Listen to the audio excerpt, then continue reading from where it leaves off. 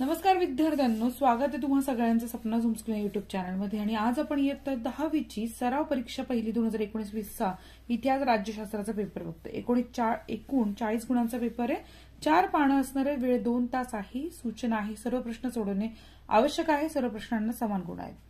हा पेपर मी तुम्हाला यासाठी देते की तुम्हाला प्रश्नपत्रिकेचं स्वरूप कळावं, तुमची कितपत तयारी झाली हे तुम्हाला समजावं आणि एकूणच प्रश्न कसे असतात हे तुम्हाला अंदाज यावा म्हणून हा पेपर देण्यात आलेला आहे।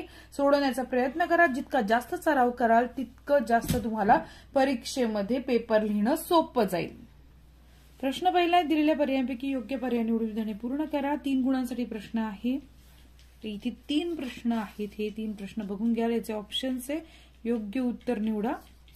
पुढचा प्रश्न आहे ब, खालील प्रत्येक गटातील चुकीची जोडी ओळखून लिहा। तर 3 गुणांसाठी हा प्रश्न आहे। 3 प्रश्न आहे, त्याचे प्रत्येकाचे ऑप्शन्स आहे।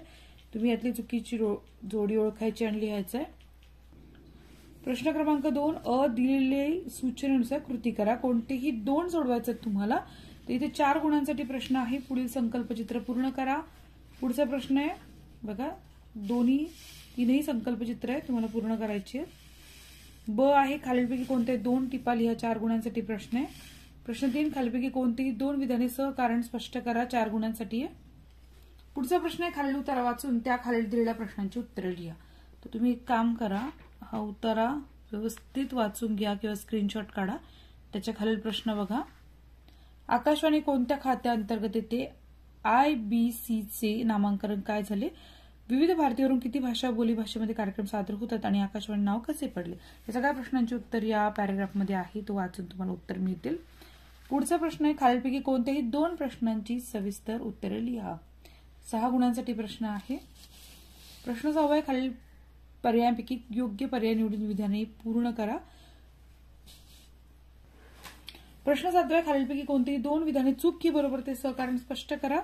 आणि प्रश्न 8 आहे, खालीलपैकी कोणती एक संकल्पना स्पष्ट करायची आहे। ब, खालील सूचनेनुसार कृती करायची कोणती एक आणि पुढील संकल्पना चित्र पूर्ण करा। लोकप्रतिनिधींची गुणवैशिष्ट्य आणि पुढचा आहे महिलांच्या स्वातंत्र्यासाठी व विकासासाठी झालेले कायदे। 9वा प्रश्न आहे, खालीलपैकी कोणत्या एका प्रश्नाचे उत्तर थोडक्यात लिहा। 2 गुणांसाठी प्रश्न आहे। इथेच प्रश्नपत्रिका संपली आहे। तुम्हाला पेपर कसा वाटतोय? तुम्हाला येत आहेत काय प्रश्नांची उत्तरं? आणि नसतील तर अभ्यास करा, म्हणजे पेपर चांगला जाईल। व्हिडिओ आवडल्यास लाईक करा, मित्रमैत्रिणींना शेअर करा, म्हणजे तेही प्रॅक्टिस करतील प्रश्न सोडवण्याची, आणि चॅनलला सबस्क्राईब करा। धन्यवाद।